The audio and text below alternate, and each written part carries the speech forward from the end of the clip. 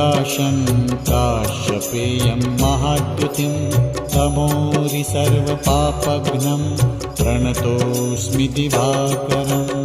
ॐ ह्रां ह्रीं ह्रौं स्वः सूर्याय नमः। ॐ ह्रां ह्रीं ह्रौं स्वः सूर्याय नमः।